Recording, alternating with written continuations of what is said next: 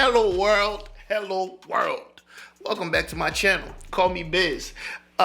This is Tim Dillon thinks DoorDashers are the Untouchables. All right, this is from the Theo podcast.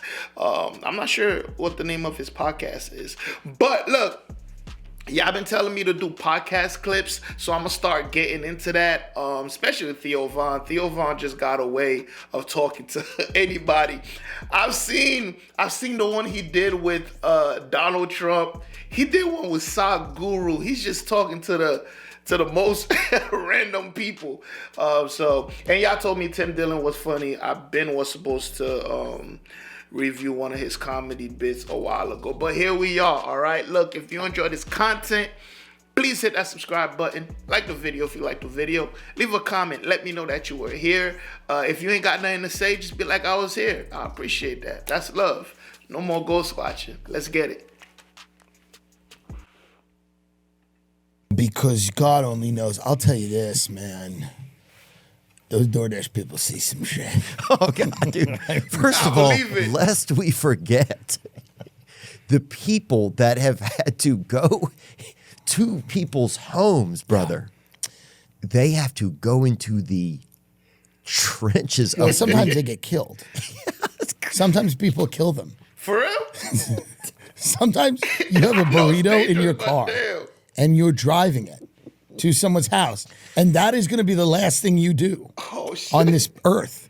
The last thing you do is walk a soggy burrito to a guy's house, and instead of just taking the burrito and saying thank you, he goes, "I'm going to kill you now." Yeah, he said, and then they kill you. Yeah. People they say, "Welcome to Memphis." Okay, yeah, welcome to Memphis. And the crazy thing is, a lot of the people inside who know they're going to kill you, as you're walking up, murders have gotten so advanced with like ambiance and production, that they will even play, "There Goes My Hero," from like a yard plant, speakers hidden in yard plants, as you're about to go, and then you're laying there and you're bleeding out, and one of the last thoughts you have is, this song is great. This is a great song, and I'm sad I won't be able to hear it anymore. It's the last thing I'm hearing. And then you see that burrito as you're bleeding out. You just look at it, just that burrito. Yeah, it's a tough gig. A hand just comes in a frame and gets it. Yeah, it's a tough gig. People don't want to talk about the real turf war that's going on, Tim. Yeah. And that is between DoorDashers and the homeless. Yes. Bro. Well, because if you're homeless, if I see a DoorDasher, I'm seeing an opportunity. That's all it is. Yeah. That's all it is. That makes sense. By the way, DoorDashers now are they don't let it be known they're a DoorDasher. No. They are stealth. Like food delivery people are stealth. They'll dress up like postal workers. Vampires. I've seen a vampire. Yeah. You don't even know who they are. They're in a costume.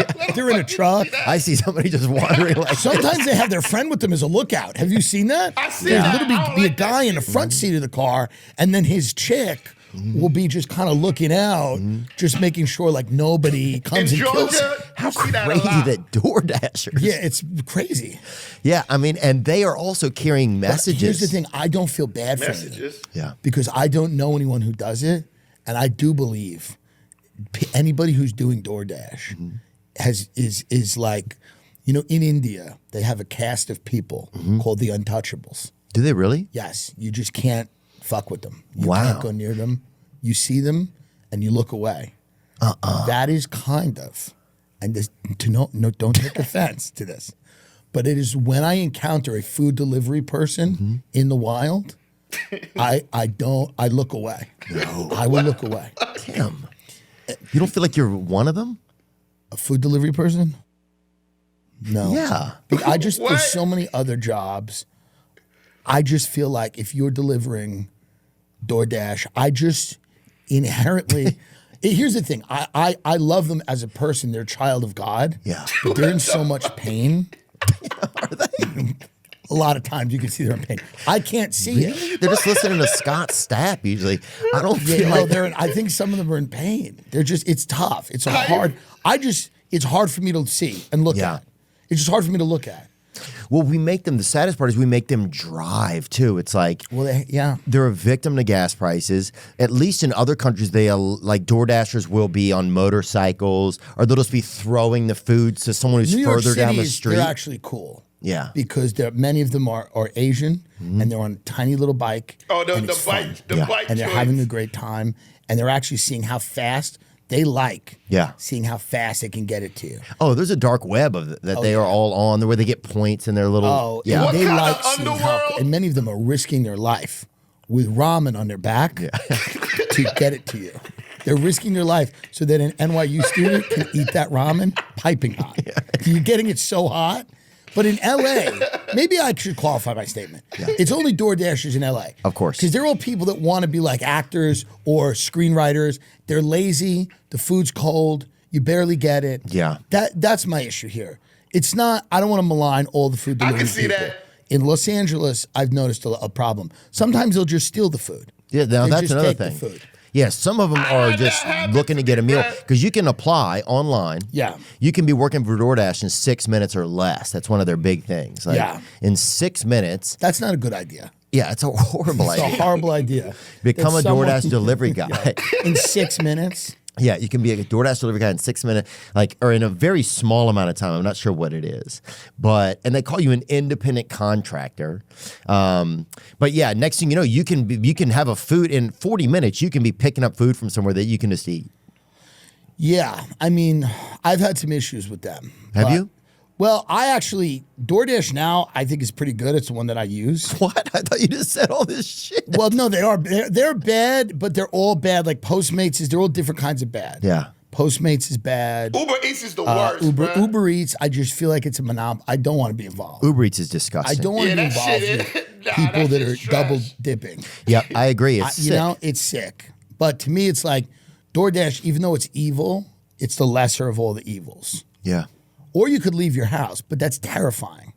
To go and like the process of getting to go into the world, it's crazy. And to go eat, like David Spade still eats at McDonald's. You know, he's basically he's like the Ulysses S. Grant of our time. I feel like he goes. Yes, he's on the front lines. He is the Ulysses S. Grant. He will go sit in there. Yeah, he's in the front line. He'll battle. He has an amazing story about battling a homeless guy for a series of nuggets that he had ordered. Well, that's probably what keeps a guy like that who's so successful and so beloved.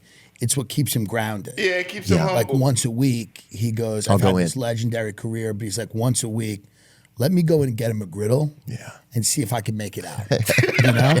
And if he can make it out with the McGriddle, he's like, all right. It's just, we all need a little friction in our life. Like, this is for you, Farley. Yeah, this is for you. And he goes in, you know?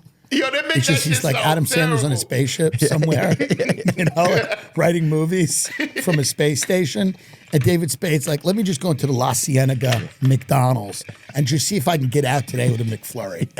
Get into my car. Yeah. Like there was a guy last night, and I was driving on Santa Monica in West Hollywood, and he was just darting, because they dart across like the street. Well, it's risky for them. And they just dart across the street, and he had a skateboard with no wheels. He just had the board. Oh, yeah. And I didn't understand what that was. And he had it, and then he just, in the middle of my car, just stopped and looked at me, like hit me. Wow. And I was just like, I'm not trying to hit, you know? There's people looking for accidents. It's people that were just like, kind of like, I don't know what it was. He was like a deer in headlights. I was like, God, and I just swerve around him. But it's like people just mentally aren't together, and they need help. Someone needs to help. It's a crazy world. People are missing their wheels. They don't have their wheels, and someone needs to like step in there and help and like go like, hey man, what's going on? But the only people that they're encountering for any sort of guidance are DoorDash people. It's DoorDash, but here's the thing at DoorDash people. And by the way, earlier on I said you weren't human beings. Bygones. Let's forget that. Yeah, that was crazy. Because here's what I meant by that. We need you now more than ever. Amen. Because what you need to do is rise up. You are the therapist. You are the therapist of our nation. Homeless people. Yeah. If there's somebody that is homeless and is having a problem on the corner, you need to put the ramen down. Put the ramen down. What is this conversation? And go address the problem. What's going on, sir? I am a DoorDash professional. Yes, I'm a licensed DoorDash professional. Food delivery service professional. Can I assist? Now, this person's going to be yelling and pointing at something that isn't there. Invisible, yeah. It's going to be pointing at something that in this dimension you cannot see. So you're just going to have to bear with them. Bear with them. It's not going to happen. Yeah. First question, you go, are you on any medications right now? Have you taken any drugs? I'm a you got to ask that in a non-threatening way. 100%. Yeah. And then you're going to need you will be equipped with markers and paper. You're going to need to get these people to draw a picture of what's happening. Of what's happening, and then a separate picture to calm them down of their ancestors. No, for sure. These social workers aren't equipped. They're not equipped anymore. They don't want to do it. And they've also given up. A lot of them are just creating profiles, social profiles. A lot of social workers are also doing OnlyFans, so they get clients confused. You'll have a therapist log on to a Zoom and just start showing their butthole. Yeah. And it's like, what? Because the last thing a homeless person wants to find out is like, can you imagine that you're homeless, you got the big cape. Yeah. And there's this guy in Tribeca where I spent some time, sometimes has a big cape. Oh, I'm sure the government bought it for him. Yeah, he has like that big furry cape. Oh, yeah. And he's like kind of bedazzle him, kind of like they do those Fabergé eggs. He's kind of like a Game of Thrones guy. And he's in the winter. He's kind of, it's not a bad look. It's kind of like statue. But then like, he's always kind of rapping to himself. He's always got his headphones. He's kind of doing that back and forth. Yeah, exactly. And then his social worker comes over. He's like, hey, what's going on? And then if he's like, bitch, aren't you? And he points to her photo on OnlyFans. Immediately, she has no credibility. Yeah, aren't you chatty pussy 30? Right. You have no credibility. I'm watching you right now. Yeah. I'm watching you right now finger yourself. And then you come to me and you ask me what's wrong. I could ask you the same question. What is wrong? So that's where it's going to be. It's going to be homeless, OnlyFans, social workers chatting with DoorDash professional, DoorDash clinical DoorDash psychiatric professionals. And then we need highly trained SPGs, silverback gorillas, so that they know when it is and isn't appropriate to step in and calm a homeless person down by sitting on them outside of a Five Guys. That's it, dude. And that is It's not a bad idea. That's our campaign, brother. It's not a horrible idea.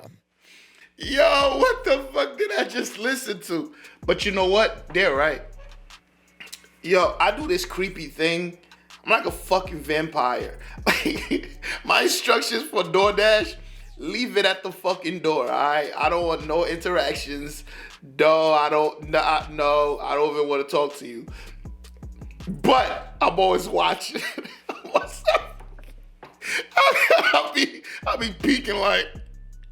Sometimes they do the weirdest shit, like they wait at the door. I'm like, what? Why you wait? Or they call me. They fucking call me. I'm like, don't fucking call me, my nigga. I do not want to interact with you. Like, don't fucking call me. Leave my shit at the door and go.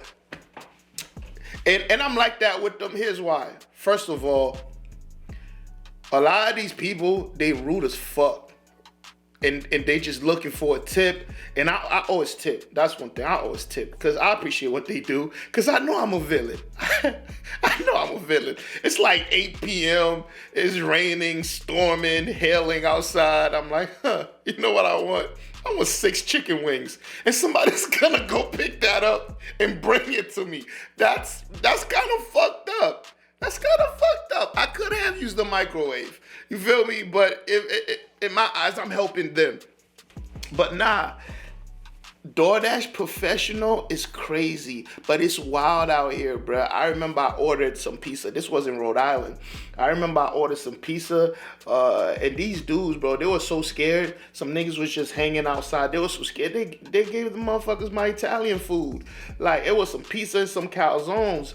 I was pissed, even though they sent me some shit back. But I was like, nigga, y'all just gave it to the first nigga. Like, they probably say, yo, fam, this is my food. Take it. I was like, God damn, never said I was going to be outside. First of all, I always say, leave my shit at the door.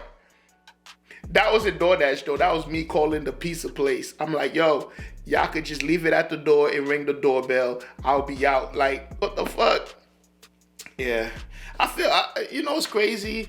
I do feel bad for for you know, people that gotta do that type of shit. But I would do it. I don't give a fuck. I just feel like they need to take care of my food a little bit. I swear one time I ordered ribs, them motherfuckers, I had to take a picture and send it back. Like, bruh, ain't no fucking way. These niggas ate my shit. Like, pause. Ain't no fuck, nigga. I was in shock. Shane's Rib Shack in McDonough, Georgia. Yeah, I don't know what the fuck y'all got going on. I felt like, I didn't feel like he snuck, like whoever did it. I didn't feel like they snuck and did it. I feel like they sat down in the I feel like they sat down in the restaurant, laid out the sides, you know, they had a little handkerchief and everything, and they sat down and they enjoyed it, and they fucking tossed the leftovers in the shit and just said, all right. That's how I felt. I was angry. I was fucking angry. Yeah, shout out to Tim Dillon, man. That was hilarious. That's some of the funniest shit I've ever seen, bruh. That shit was funny. Shout out to Theo, too. Yo, a DoorDash professional is hilarious. But anyways, y'all let me know how you feel about it in the comment section below. And also, if you made it this far, go ahead and hit that subscribe button. Like the video if you like the video. Leave a comment. Let me know that you were here. And I will see y'all in the next one. And guess what? You better be there. Peace.